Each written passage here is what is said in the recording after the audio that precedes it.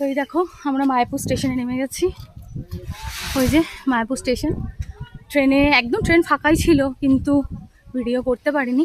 তো আমরা আজকে যাচ্ছি বাপির বাড়িতে, মানে আমাদের গ্রামের বাড়িতে, আরামবাগ। তো ওই যে মার বাপি আসছে, এখানে মেঘ ওর বাবার সাথে, এই যে লাগেজ একটা। হ্যাঁ চলো, নিচে টোটো বলা রয়েছে। আমরা এবার ওই ওভারব্রিজটা দিয়ে উঠে উঠে আসলাম। এটা হচ্ছে মায়াপুর স্টেশন। এবার চলো আমরা নিচে আস্তে আস্তে নামবো। তো নিচে টোটো বলা রয়েছে, মেঘকে ওর বাবাই কোলে নিয়েছে, বললাম নামিয়ে দিতে। চলো, পারবে না শানু, আমাকে দাও না ছেলে। তো এই সিঁড়ি দিয়ে নামবো, নেমে সামনেই একদম টোটো করে চলে যাব মলয়পুর বলে ওই গ্রামটার নাম।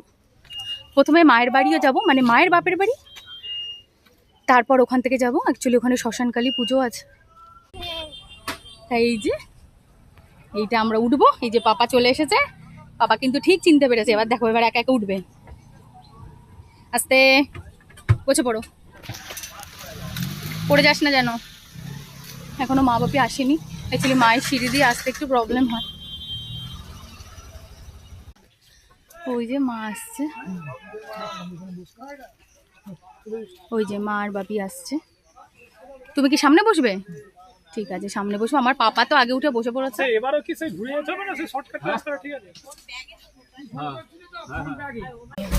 আমি কিছু ব্যাগ না, আমি বসে পড়েছি। বাড়ি যাবে, আহাগো ভাবছে বোধ। পুরো গ্রাম, গ্রাম মানেই হচ্ছে সবুজ, কি সুন্দর।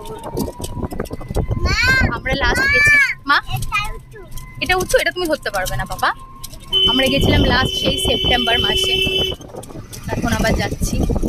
অ্যাকচুয়ালি বাপির ওই বাড়িতে পুজো আছে, মায়ের পুজো, শ্মশানকালী পুজো, সেখানেই যাচ্ছি।